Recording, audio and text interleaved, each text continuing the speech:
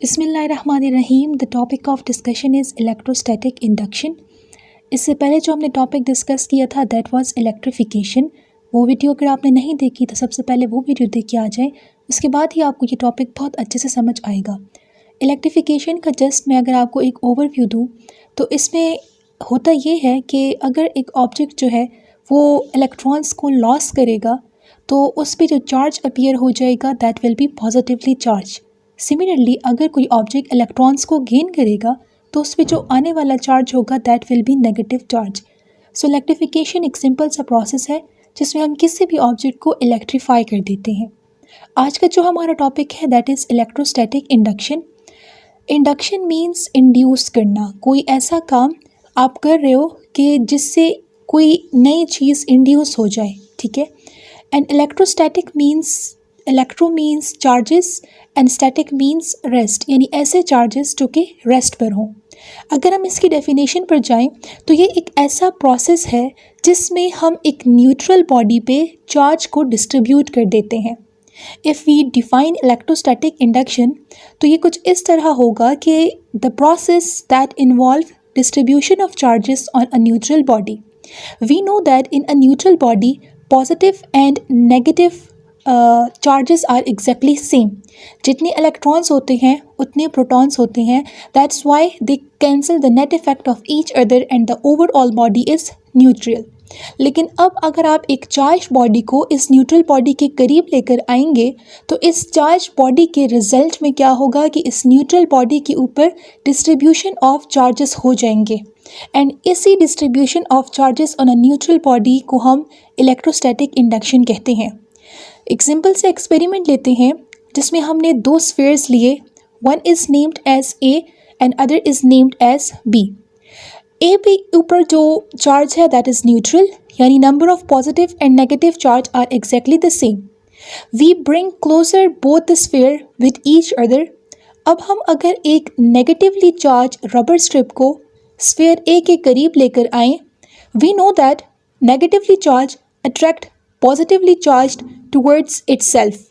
तो sphere a के ऊपर जितना भी पॉजिटिव चार्ज होगा वो towards the rubber strip attract हो जाएगा।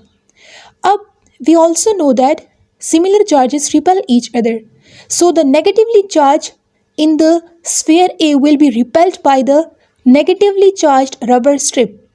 जब इसको रिपल्जन शो होगी तो जितना भी नेगेटिव चार्ज होगा वो सारा का सारा स्फीयर B के ऊपर इंड्यूस हो जाएगा। तो इस तरीके से स्फीयर A के ऊपर पॉजिटिवली चार्ज अपीयर हो जाएगा। क्यों? क्योंकि it is attracted by the negatively charge rubber strip. And sphere B के ऊपर नेगेटिव चार्ज अपीयर हो जाएगा। क्यों? क्योंकि it is repelled by the negative charge is repelled by the negatively charged rubber strip. अब अगर हम इन दोनों स्फीयर को एक दूसरे से दूर कर दें लेकिन rubber strip same exactly sphere a के करीब ही मौजूद है या फिर इन कंटेक्ट है, तो उस केस में क्या होगा कि स्टिल स्फीयर ए के ऊपर जो चार्ज होगा that will be positive charge and sphere B के ऊपर जो चार्ज होगा that will be negatively charged. तो आपने देखा कि एक स्फीयर के ऊपर पॉजिटिव चार्ज अपीयर हो गया है और एक स्फीयर के ऊपर नेगेटिव चार्ज अपीयर हो गया है। तो हम ये देख रहे हैं कि स्फीयर ए पॉजिटिवली चार्ज हो चुका है and sphere B negatively charge हो चुका है। इनके ऊपर डिस्ट्रीब्यूशन ऑफ चार्जेस हो गई है। तो इसी प्रोसेस को हम कहते हैं इलेक्ट्रोस्टैटिक इंडक्शन, जिसमें एक मटेरियल के ऊपर, एक न्यूट्रल मटेरियल के ऊपर या किसी भी न्यूट्रल बॉडी के ऊपर चार्ज डिस्ट्रीब्यूट हो जाता है जब आप इसको किसी पॉजिटिवली चार्ज्ड या फिर किसी नेगेटिवली चार्ज्ड मटेरियल के साथ इन कंटैक्ट में ले आए। That is what we call electrostatic induction. The second topic of discussion is electroscope. Electroscope एक ऐसा डिवाइस होता है जिसको हम इलेक्ट्रिक चार्ज को टेस्ट करने के लिए या फिर डिटेक्ट करने के लिए यूज़ करते हैं। So the simple definition is a device that is used for the detection and testing of electric charge is called electroscope. यानी आप अगर किसी ऑब्जेक्ट के ऊपर पॉजिटिव चार्ज को या नेगेटिव चार्ज को डिटेक्ट करना चाहते हैं कि इस बॉडी के ऊपर कौन सा चार्ज मौजूद है, तो इस प्रोसेस के लिए हम इलेक्ट्रोस्कोप का इस्तेमाल करते हैं। कंस्ट्रक्शन ऑफ इलेक्ट्रोस्कोप कुछ इस तरह है कि it consist of a metallic ball जिसको फर्दर मेटेलिक रॉड के साथ कनेक्ट किया गया है and at the end certain leaves. The whole setup is enclosed in a glass jar.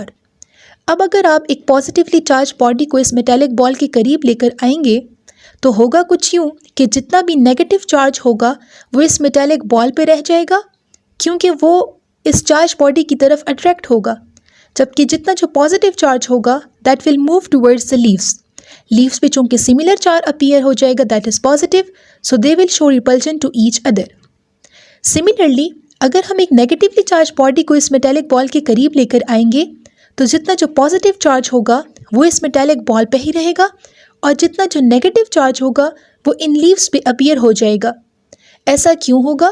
क्योंकि नेगेटिवली चार्ज बॉडी इस मेटेलिक बॉल के नेगेटिवली चार्ज इलेक्ट्रॉन्स को रिपल्जन शो करेंगे, जबकि पॉजिटिवली चार्ज प्रोटॉन्स को अट्रैक्शन शो करेंगे।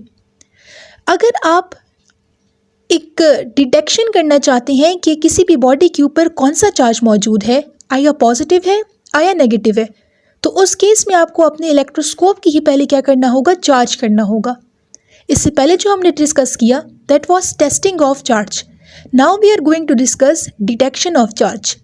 डिटेक्शन ऑफ चार्ज में क्या होता है कि लेट्स से हमने अपने इलेक्ट्रोस्कोप को पॉजिटिवली चार्ज कर दिया। अब जो मेटेलिक बॉल के ऊपर चार्ज है दैट इज़ पॉजिटिव चार्ज। हम अब एक बॉडी को या कोई भी रॉड को इस मेटेलिक बॉल के करीब लेकर आते हैं।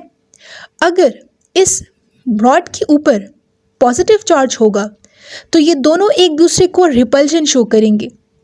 Positive electroscope and positively charge rod ये दोनों एक दूसरे को रिपल्जन शो करेंगे।